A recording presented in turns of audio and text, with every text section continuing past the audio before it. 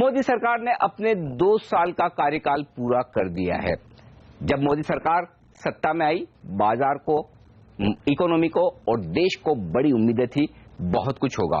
लेकिन पिछले 2 सालों में क्या कुछ काम हुआ है और आगे आने वाले 3 सालों में क्या कुछ होना बाकी है? क्या इकोनॉमिक हालात वाकई में सुधरे हैं? क्या बाजार का सेंटीमेंट उसी तरह से मजबूती से बरकरार है? और क्या आगे की उम्मीदें पूरी हो पाएगी? इस पर हमारा खास शो।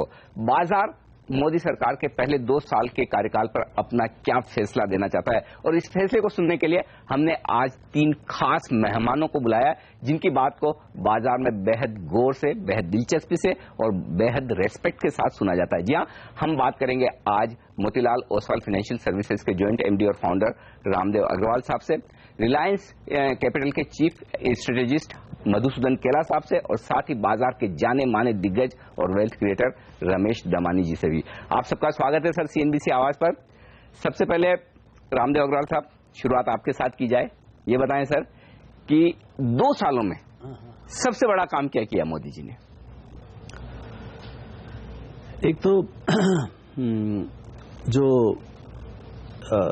जो आशा थी, मतलब एक जो निराशा का भावना था जो 2 साल पहले, तो उनके आने के पहले ही से थोड़ा होपफुल मूड बनना चालू हो गया था। लेकिन अब जो है 2 साल के बाद ऐसा लगता है कि there is a government, policy paralysis नहीं है, सरकार आगे बढ़ रही है। जो भी उनके डिफिकल्टीज हैं, वो भी सब डिफिकल्टी को वो they face it and they are able to solve the problem. जैसे पार्लियामेंट कंप्लीटली पैरालिसिस था, now Rajya Sabha as well as Lok Sabha both are producing to the fullest capacity. One is 100% capacity, another is 80% capacity. तो ऐसा मतलब बहुत बदलाव आया है। तो एक अलग सा एक माहौल है कि ये देश चलता है, ये सरकार चलती है। ये एक माहौल 2 साल पक्का बना है। दमानी जी, आप क्या कहेंगे पिछले 2 सालों में सबसे बड़ी उपलब्धि सरकार की? अनिल जी, थैंक यू मुझे यहाँ पे बुलाने पे पहले। आप जानते हैं जैसे थोड़ा एक सिनिसिज्म बैठ गया था इंडिया में कि जब चलता रहेगा, जैसे हो रहा है वैसे ही होता रहेगा, कोई खास परिवर्तन नहीं होगा। मेरे हिसाब से एक इंग्लिश में कहावत है, sometimes you lose the forest for the trees. दिन दिन के प्रॉब्लम देखते हुए अपन बड़ी पिक्चर देखना भूल जाते हैं। मेरे ख्याल से जो मोदी सरकार ने बहुत शांति के साथ और बहुत सहज होकर किया है, जो भ्रष्टाचार और रेड टेपिज्म जो अटैक किया है, I think that benefit we are now beginning to see. आप देखिए, सेल्फ सर्टिफिकेशन किया, कैपिटल गेन्स को नोटिफाई कर दिया, spectrum and coal sharing was done in a very transparent manner, and now this double tax avoidance treaty which was done with Mauritius, I think is so transparent to reduce litigation, reduce corruption. I think this fight is now being obvious that हर जगह जहां भी उनको मौका मिला है, they have streamlined it, made it transparent, and I think the benefits of that will be felt over the next 3 years to the Indian public. I think that's the single biggest achievement in the last 2 years of the Modi government. Madhu sir, काफी लोग ये मानते हैं कि जो कुछ भी बाजार और इकोनॉमी के हालात सुधरे हैं, उसमें ज्यादा योगदान शायद ग्लोबल मार्केट्स के सुधरने का या क्रूड के नीचे गिरने की वजह से हुआ हो। लेकिन क्या आपको लगता है कि पिछले 2 सालों में वाकई में सरकार की तरफ से कुछ बड़े काम हुए हैं? यदि हाँ तो क्या?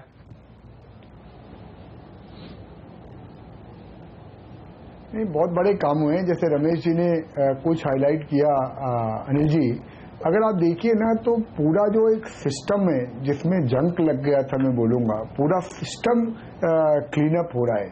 और इस बार जो है ना, ये लोग पॉलिसी लेवल पे, it is not for individuals, it is not for individual business people और फॉर इंडिविजुअल्स, वो पूरा पॉलिसी फ्रेमवर्क बना के सिस्टमेटिकली सब्जेक्ट को क्लीन अप किया जा रहा है। जैसे आप देखिए, सपोजिंग रोड सेक्टर है, कितना बेहतरीन काम किया है सरकार ने। 3 किलोमीटर की रोड नहीं बन रही थी, अभी अपन 20 किलोमीटर के आगे की बात कर रहे हैं। पर ये करने के लिए क्या जरूरी था? ये जरूरी था कि रोड का कम से कम एक जो पॉलिसी फ्रेमवर्क है कि जो डिस्प्यूटेड रोड प्रोजेक्ट्स है उसको कैसे रिजॉल्व करना है, कहीं पे अगर एनवायरमेंटल क्लियरेंस नहीं मिल पाया उसको कैसे रिजॉल्व करना है, कहीं पे अगर वाइबिलिटी नहीं बैठ पा रही है उसको कैसे रिजॉल्व करना है। तो पहले क्या हो रहा था कि एक एक केस बाय केस रिजॉल्व हो रहा था। अब इन्होंने पूरा पॉलिसी फ्रेमवर्क बना दिया है। तो आप देखिए, रोड में पॉलिसी फ्रेमवर्क बनाए, पावर सेक्टर में पूरा पॉलिसी फ्रेमवर्क बनाए, कोल सेक्टर के इंप्रूवमेंट के लिए पॉलिसी फ्रेमवर्क बनाए, रेलवे में 8-9 लाख करोड़ रुपया इन्वेस्ट करने की बात हो रही है अगले 5 साल के अंदर। वहां से रिसोर्स कैसे मोबिलाइज करना है, इसका पॉलिसी फ्रेमवर्क बनाए। पर क्या है ना, we are confusing economy with markets. ये सब कुछ हो सकता है इमीडिएटली मार्केट्स के लिए अच्छा नहीं है। Let me give you an example. जैसे कोल ब्लॉक का ऑक्शन हुआ, ये कंट्री के लिए बहुत अच्छा है, बट वो नॉट नेसेसरीली कॉर्पोरेट अर्निंग्स के लिए अच्छा है, क्योंकि जो किसी कॉर्पोरेट को अगर फ्री में कोयला मिला था तो उसकी अर्निंग ग्रोथ तो कॉर्पोरेट को आ रही थी ना। पर अगर सपोजिंग अब ये सरकार ने ले लिया और उन्होंने ऑक्शन कर दिया वही कोयले को, तो good for the country but not necessarily good for the market in a immediate term. And ये जो भी क्लीनअप हुआ है लास्ट 2 साल के अंदर, ऑब्वियसली कॉर्पोरेट अर्निंग्स के ऊपर उसका 100% थोड़ा इम्पैक्ट हुआ है। सो जो निगेटिविटी बाजार में है, मुझे लगता है कि कॉर्पोरेट अर्निंग जैसे अभी लास्ट क्वार्टर में आपने देखा, जैसे जैसे ये इम्प्रूवमेंट चालू होगा तो ये जो माहौल बन गया था एक सिनिसिज्म का, मेरे हिसाब से काफी हद तक के अगले 12 महीने के अंदर we'll have a very different sentiment. एकदम रामदेव सर, जो इलेक्शन का रिजल्ट आया था 2014 में, तब 7,200 7,250 का निफ्टी था उस वक्त, और अभी 8,000 के आसपास, यानी कि 2 साल में 10% चले हम नेट। ठीक है, बीच में 9,000 के पार जाकर आए। तो एक वो बड़ा यूफोरिया था, मोदी प्रीमियम, इस सरकार के बाद ऐसी तेजी होगी जो हमने कभी नहीं देखी, वो कुछ दिख नहीं रहा। इसकी वजह क्या है? देखिए, 2 चीज है। एक तो आप इकोनॉमी की बात कर रहे हैं जो पूरे देश की बात है, दूसरा ये है कि शेयर बाजार। अब शेयर बाजार में क्या है कि शेयर बाजार तो it is slave of earnings power. Right. जब तक टोटल कॉर्पोरेट्स का अर्निंग्स नहीं बढ़ेगा, कंपनी की अर्निंग्स बढ़ रही है, उस शेयर के दाम बढ़ रहे हैं। इस 2 साल में 2500 कंपनी है जिसके दाम 2 गुना 3 गुना 4 गुना हुए, लेकिन पूरे बाजार का जो इंडेक्स जो है वो वहीं खड़ा हुआ है या ब्रॉडली 5-10% बढ़ा है। क्योंकि आपको जो एग्रीगेट कॉर्पोरेट अर्निंग्स है वो सिर्फ देश की बात नहीं है, इसमें क्या है, इंटरनेशनल जो माहौल है, जो आपके कमोडिटी प्राइसेस हैं उसका ऊपर हुआ नीचे हुआ, पूरा क्रैश हुआ ऑयल, उसके कारण से कितने ही कंपनी के कोल का दाम क्रैश हो गया, पूरे कमोडिटीज का क्रैश हो गया, तो उसकी कितनी कंपनीज के अर्निंग्स खत्म हो गए। काफी कंपनी को फायदा भी हुआ, लेकिन नेट अर्निंग्स आर सेम। उसी कारण से मार्केट वहीं खड़ा हुआ है, न मार्केट बहुत नीचे गया न मार्केट बहुत ऊपर गया। अब यहां से जो अर्निंग्स का माहौल बने, तो वो एक शेयर बाजार की कहानी है। लेकिन आपको इकोनॉमी जो है वो जो उसके बेसिक्स थे, कॉर्पोरेट अर्निंग्स के लिए भी आपको इकोनॉमी का परफॉर्मेंस का अंतर पड़ेगा। तो जो इकोनॉमी का जो बेसिक्स था, फाउंडेशन है, जैसे आपको करंट अकाउंट डेफिसिट, आपको फिस्कल डेफिसिट, इन्फ्लेशन, ये सब जो उन्होंने एकदम सेट कर दिया। ये जो गवर्नर साहब हैं और फाइनेंस मिनिस्ट्री मिला के सब एक साथ मिल के, आप देखिए अभी इन्फ्लेशन आप बात कर रहे हैं, निगेटिव था, WPI CPI बिलो 5%, आपको current account deficit literally flat to 0.5% और समथिंग, आपका करेंसी वेरी वेरी स्टेबल, आपका fiscal deficit now we are talking about 3.5%। तो ये एक बार एक फाउंडेशन सही हो जाए, और अब जो है इंटरेस्ट रेट कंटिन्यू से नीचे आ रहा है। अब यहां से जो आप जब एक बार आपका बेसिक्स ठीक हो गया, now you can reflect the economy, now you can push for growth. तो गवर्नर साहब, फाइनेंस मिनिस्ट्री, वो सब का सब जो है ना, they will try to build on growth now. यहां से इन्वेस्टमेंट साइकिल जो स्लो था वो यहां से पिकअप होना चाहिए। तो इकोनॉमी को पहले 2 साल जो फाउंडेशन ठीक करने के बाद अगले 3 साल में मेरे ख्याल से growth should pickup and that will reflect in the markets. दमन जी, क्या आपको ये लगता है कि जो कुछ भी सेंटिमेंट सुधरना था नई सरकार के आने की वजह से सुधर गया, जो मैक्रो लेवल पर अच्छे बदलाव होने थे वो हो गए, लेकिन माइक्रो लेवल पर अब भी चीजें बदलना बाकी है? थोड़ा मुश्किल है, but I think like I told you, भ्रष्टाचार के मामले में बहुत कुछ हो चुका है, टेंडरिंग के बारे में बहुत कुछ हो चुका है। So I am optimistic. I think ये बाजार वाले जब जनवरी फरवरी में घट गए थे, काफी निराश हो गए, बोले कि बाजार घट गया, वापस नीचे आ गया। बट काफी लोग जैसे रामदेव जी हमें हमेशा यही बोलते थे टेलीविजन में या कोई दोस्तों के बीच में कि जो बुल मार्केट 2 साल पहले शुरू हुआ था, मोदी बुल मार्केट करके नाम पे शुरू हुआ था, वो that is stable and that is going to go on. उसके बीच में करेक्शंस आते ही रहेंगे, ये फिर आएगा करेक्शन कई महीने बाद, that is a part and parcel this bull market. But जो अंडरटोन है बाजार का वो हमेशा बुल मार्केट की तरफ ही है। And before this bull market ends, I think index has to go काफी हायर। अगर आप पुराने बुल मार्केट स्टडी किए तो फ्रॉम बिगिनिंग टू एंड काफी गुना बढ़ चुकता है बाजार। तो मेरे ख्याल से ये इसमें टाइम है, इसमें धीरज रखने की जरूरी है, and we must buy great quality businesses and hold on to them patiently. Madhu sir, काफी लोग जब बात करते हैं खास तौर से कंपनियों के प्रमोटर से, वो ये कहते हैं कि हाँ सब ठीक है, देश में सब बढ़िया चल रहा है, अच्छा हो रहा है, आगे भी होगा, लेकिन हमारा हाल बुरा है। तो ग्राउंड लेवल पर जो बदलाव दिखना चाहिए या कंपनियों के मुनाफे जो बढ़ने चाहिए, और जैसा कि रामदेव सर भी कह रहे हैं कि कंपनियों की कमाई से बाजार शेयर चलेंगे और बाजार चलेगा, वो मिसिंग है। वो सिचुएशन क्यों है और कब बदलेगी? अनिल जी, वही बात है ना, अपन टेम्पलेट गलत देख रहे हैं। अगर आप ये ग्रोथ का नया टेम्पलेट इंडिया में बिल्डअप हो रहा है, अगर आप पुराने कॉर्पोरेट केपेक्स को देख के बाजार को मापोगे या इंडेक्स को देख के बाजार को मापोगे तो आपको बहुत डिफरेंट टाइप का इंडिकेशन दिखेगा। मैं बोल रहा हूं, अगर मंदी है तो पेट्रोल का कंजम्पशन 15% से कैसे बढ़ रहा है? अगर मंदी है तो पेंट का कंजम्पशन 15% से कैसे बढ़ रहा है? तो मेरा पॉइंट क्या है, ग्रोथ कहीं और पे हो रही है। और अभी आप देखिए, इवन बाजार में जो लास्ट 6 महीने के अंदर लिस्टिंग हुआ है, जिसका इस टाइप की कंपनियां मार्केट में थी ही नहीं। तो और जो वेल्थ क्रिएशन प्राइवेट स्पेस पे हो रही है ना, स्टॉक मार्केट तो एक्चुअली ओल्ड इकोनॉमी हो चुका है। अब अगर प्राइवेट स्पेस पे जाके देखो, टेक्नोलॉजी साइड में, ऑन द मेडिकल साइड में, सर्विसेज साइड में, जो इनोवेशन साइड में इतना वेल्थ क्रिएट हो रहा है ना, अल्टीमेटली गेट रिफ्लेक्टेड होगा। जो लोग पुराने धंधों से जुड़े हुए, जैसे आप कोई supposing second year third year real estate developer की बात करो, अब रियल एस्टेट का सेल्स बैठा हुआ है तो वो कैसे खुश हो सकता है? या कोई कमोडिटी वाले से बात करो जिसमें बहुत सारे लोग जैसे लोहे के बाजार में, अब लोहे का बाजार ही 4 साल से ठंडा पड़ा था, तो जो लोहे के बाजार में, वो आदमी कभी नहीं बोल सकता कि इंडिया इज डूइंग वेल। तो आपका जो देखने का नजरिया है ना, अगर आप ओल्ड को एस्केलेट करके देखोगे तो वहां पे कुछ अच्छा नहीं दिखेगा। पर अगर डिफरेंट तरीके से देखोगे, अर्बन कंजम्पशन में देखोगे, क्लियर कट ग्रोथ है। तो ये डिपेंड करता है कि आप कहां पे खड़े हो। जो कोई फार्मा वाले से जाके पूछो, वो बोलेगा हमारा धंधा तो फर्स्ट क्लास चल रहा है 5-6 साल से। स्टील वाले को जाके पूछोगे तो वो नर्वस है। तो ग्रोथ कहां पे आ रही है ना, उसका टेम्पलेट मेरे हिसाब से शिफ्ट हो रहा है और बाजार में हमको उसके साथ ट्यून करना पड़ेगा। बिल्कुल। तो कुछ पॉकेट्स हैं जहां पर अच्छा कामकाज हो रहा है, अच्छी ग्रोथ है, और बाकी जगह सुधार होना अभी भी बाकी है। इस खास शो में वक्त एक छोटे से ब्रेक का, और ब्रेक के बाद हमारे एक्सपर्ट से जानेंगे कि अब बचे हुए 3 सालों में क्या कुछ मोदी सरकार को करना चाहिए जिससे कि बाजार का मूड इसी तरह तेजी का बना रहे।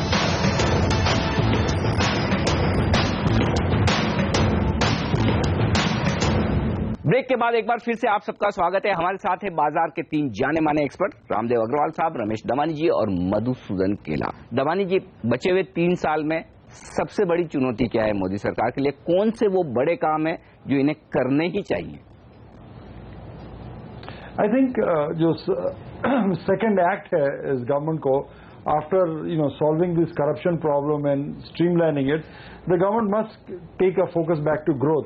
आई think one of the things that they promised was, say, Swachh Bharat. I think उसमें मुझे लगता है कुछ करना चाहिए, because I think we really need to have cleaner, more environmental friendly India. Plus return it back to growth. अगर राजन साहब interest rates घटा दे and the economy starts picking up again at 8%, 9% growth, I think by the time the last 3 साल खत्म हुए मोदी सरकार के, I think पूरी जगह खुशहाली रहेगी मेरे हिसाब से। मधु सर, आप क्या सोचते हैं? अभी भी इकोनॉमी के लिए, बाजार के लिए काफी कुछ बड़े काम होना बाकी है? बड़े काम होना बाकी है। एक तो ऑब्वियसली ये जीएसटी का बिल है जो काफी अवेटेड है।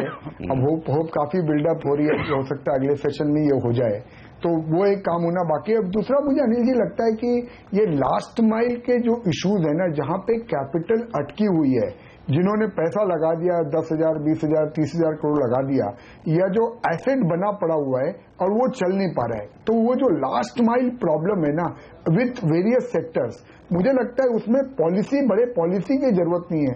उसमें एक माइक्रो मैनेजमेंट की जरूरत है कि ये प्रोजेक्ट अटका हुआ है, इसके लिए क्या हो सकता है, चाहे उसका जो भी रिजोल्यूशन हो, ओनरशिप चेंज हो, पब्लिक सेक्टर इंटरप्राइजेस वो प्रोजेक्ट्स को खरीद ले, पर from a capital point of view, from a country point of view, वो एक बहुत इंपॉर्टेंट चीज है कि लास्ट माइल जो इश्यूज बच गए in various sectors that are addressed, और जो ब्लॉक्ड कैपिटल है वहां से वो निकले, ताकि उससे नया केपेक्स और नई ग्रोथ चालू हो सके। राम जी सर, 5 साल के बाद जब हम पीछे मुड़ के देखें कि ये सरकार थी, तो ऐसी कौन सी चीजें वो आप देखना चाहेंगे जिसके दम पर ही कहें कि यार ऐसी सरकार तो पहले कभी आई नहीं, और जो इन्होंने 5 साल में किया वो कई सरकारों ने 10, 15, 20, 25 सालों में नहीं किया, तो वो क्या काम मोदी जी को करने चाहिए? जो ये शुरू से ले रखे हैं ईज ऑफ डूइंग बिजनेस, उसके अंदर बहुत सारी चीजें आती है, लेजिस्लेटिव आता है, सोशल, आपका जो भी मतलब माइक्रो लेवल पे बहुत सारी चीजें आती हैं। Ease of doing business, see India को एक यूनिक अपॉर्चुनिटी है ग्लोबल एटमॉस्फेयर में। मतलब अब आपका चाइना हो गया, मतलब चाइना $1000 से $5000 हो गया। Now this is one big block, intelligent, perfect country, literate, intelligent, smart, Bukka, young, demographics, ये होना बाकी है। 1.25 बिलियन, इसके साथ में बांग्लादेश, पाकिस्तान भी तर जाएंगे। तो सब मिला के मतलब ये पूरा सब कॉन्टिनेंट के लिए बहुत बड़ा अपॉर्चुनिटी है। सो ये अपॉर्चुनिटी जो है तभी होगा जब ईज ऑफ डूइंग बिजनेस, ये जो अभी 130 का इंडेक्स है, वो जो मोदी साहब बोल रहे हैं 50 के नीचे ले आएंगे, एंड उसके ऊपर काम चल रहा है जोर से। मतलब जैसे ये अभी आप बैंकरप्सी लॉ आया, जीएसटी आ जाएगा, और बाकी जो स्टेट लेवल पे एग्जीक्यूशन हो गए, या जो भी इरिटेंट्स हैं इनकम टैक्स डिपार्टमेंट में, यहाँ वहाँ, आपको मतलब continuously every day come and break one obstacle. क्योंकि इंडिया में दो चीज है, एक तो ईज ऑफ डूइंग बिजनेस, दूसरा ईज ऑफ डिसरप्टिंग बिजनेस। मतलब उस इंडेक्स में शायद 1000 मिलेगा हमको नंबर, समझे ना। मतलब ईज ऑफ डूइंग बिजनेस तो ठीक है, आप काम सरल करना एक बात है, लेकिन जो काम कर रहे हैं उसको डिफिकल्ट करना, उसमें तो इंडेक्स बहुत हाई है। तो वो मतलब it's one of the same thing, लेकिन डोंट डिसरप्ट, मतलब यूज द स्टेट। और सरकार के जो भी पावर है, सरकार के पास अनलिमिटेड पावर है। जो सॉवरेनिटी का जो पावर होता है वो मतलब बहुत बड़ा पावर होता है। उस पावर को आप बिजनेस को हेल्प करने में करें, आप देश के business, international businesses, and then the businessman will do the magic of job creation, taxation. आपको टैक्स कौन भरता है? अल्टीमेटली बिजनेस भरते हैं। टैक्स आएगा तो आप रूरल इंडिया में जाके रोड बनाएं, ये करें, वो करें, सब कुछ रहेगा आपके पास। सो यदि आप बिजनेस को अलाउ नहीं करेंगे बढ़ने के लिए, तो टैक्स कहां से आएगा? और टैक्स नहीं आएगा तो आप कब तक फिस्कल डेफिसिट करते रहोगे? आपके हाथ बन जाएंगे सरकार के। So actually the real source is the businesses, and they must help the business, and eventually they will help. And Modi साहब को ये बात समझ में आ गया है कि हमको बिजनेस को हेल्प करना ही है। तो ये जो 5-7 इंडेक्स कम हुआ है, वो जो 50 तक जाने का, वो यदि हो गया तो मतलब 3 साल के बाद मतलब ये कंट्री अलग ही दिखेगा। If we actually have index of 50 instead of 130, you can not recognise this country. तो हम पिछले 2 साल में हमने बाजार में बड़े रिटर्न्स नहीं देखे हैं, लेकिन क्या सर आपको ये लगता है कि अगले 3 साल में उसकी भरपाई हो जाएगी? और मैं बहुत ज्यादा उम्मीद नहीं कर रहा हूं कि अभी 25,000 सेंसेक्स है, क्या मोदी सरकार अगले इलेक्शन में जाएगी तब तक 50,000 तो हो जाएगा? जी, ये एक्चुअल में ये क्या ऐसा हो बढ़ाना जो है ना व्यूअर्स के लिए गलत है। लेकिन इस देश के मतलब में ऐसे पैसे बनेगा ना कि लोगों को अंदाज भी नहीं कितना पैसा बनेगा। अच्छा। हाँ, लेकिन वो क्या है, इसमें सबसे बड़ा मुश्किल क्या है कि you can not predict. This is not a bond, this is investing, जहां पर पेशेंस के लिए पैसा मिलता है। पैसे लगाने के लिए पैसा नहीं मिलता है, पेशेंस के लिए पैसा मिलता है। अनलिमिटेड पेशेंस चाहिए आपको, यानी कि भरोसा रखें। भरोसा नहीं, पैसे लगा के आप बैठे रहे। दिस नॉट कसिनो कि आपने डाइस थ्रो किया और खत्म हो काम। बैठे रहे आप जब तक भगवान जी के दर्शन नहीं होते तब तक बैठे रहो आप। समझे ना। तो ये क्या है, ये शेयर बाजार जो है ना अनलिमिटेड है, और इंडेक्स से मत तोलें आप, इंडेक्स से बहुत ज्यादा कमाई होती है। समझे, एक है। दूसरा ये है कि जब बुलडन आता है, वो जब आएगा तब आएगा, और जब तक नहीं आता तब तक आपको बैठना पड़ेगा, और आएगा जरूर। ओके, लेंगे एक छोटा सा ब्रेक, और ब्रेक के बाद जल्द लौटेंगे। बने रहिए हमारे साथ।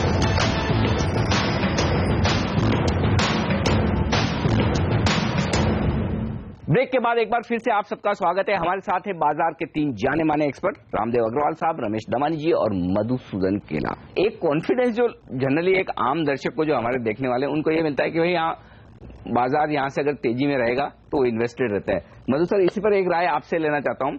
हमें बहुत ज्यादा एक्सपेक्टेशन नहीं, भले मोदी प्रीमियम कितनी है, नहीं है, रहेगी नहीं रहेगी, लेकिन यहाँ पे अगले बाकी बचे हुए 3 साल में अगर बाजार डबल भी हो जाए तो भी लोगों को सेटिस्फेक्शन रहेगा। क्या इतनी उम्मीद करना रीजनेबल है या नहीं?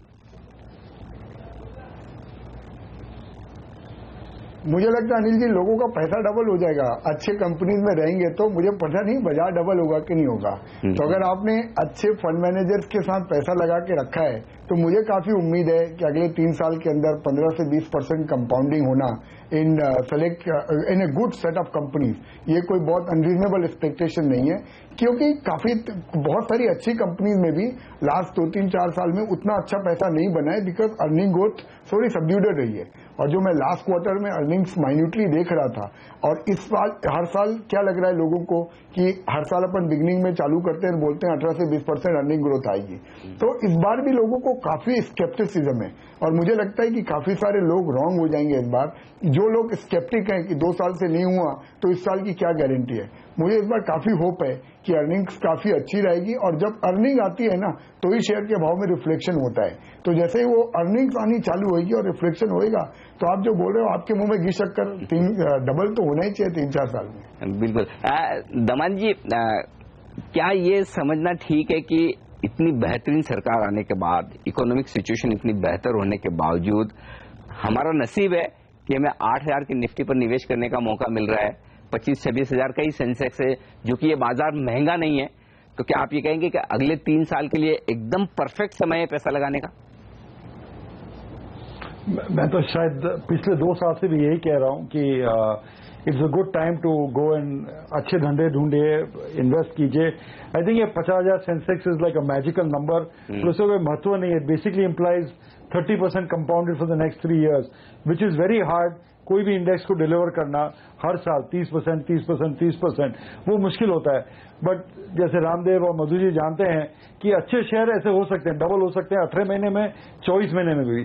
तो rather than just focus on the index, retail investor जिसके पास 50,000 रुपया, लाख रुपया है, कोई एक अच्छा धंधा ढूंढिए जो वो समझते हैं, शायद वो सीमेंट में हो, शायद ई कॉमर्स में हो, शायद लॉजिस्टिक्स में हो। I think there be great opportunities available in that sector. Global markets also I think are good, because आप देखिए डाउ में अभी भी 3% यील्ड मिल रहा है स्टॉक्स में, और वो सेफ लग रहा है मेरे को। तो मेरे को लग रहा है कि माहौल इक्विटी इन्वेस्टमेंट्स की विल बी गुड। बहुत वॉलेटिल रहेगा, obviously with the Fed raises rate there will be volatility again in the stock market, but broadly I think businesses will do well over the next 3 years। तो पिछले 2 सालों में काफी कुछ काम हुआ है देश की इकोनॉमिक हालात को सुधारने में। हमारी बैलेंस शीट बेहद मजबूत है, अच्छे फर्म फुटिंग पर इकोनॉमी है। अब जरूरत है कंपनियां दमदार कमाई करना शुरू करें, तो फिर ऐसे में बाजार की तेजी रुकेगी नहीं। अगले 3 सालों में अच्छे शेयरों में, अच्छे फंड्स में पैसा दुगुना करना बेहद आसान है। काफी कुछ काम हुआ है और आगे भी होगा, ये उम्मीद आप रख सकते हैं, ऐसा मानना है हमारे तीनों ही जाने माने एक्सपर्ट्स का। रामदेव अग्रवाल साहब, मधुसूदन केला सर और साथ ही रमेश दमानी जी, आप सबका बहुत बहुत शुक्रिया इस खास शो में हमारे साथ जुड़ने के लिए। इस खास शो में आज के लिए इतना ही। मुझे दीजिए इजाजत, बने रहिए हमारे साथ CNBC आवाज पर। नमस्कार।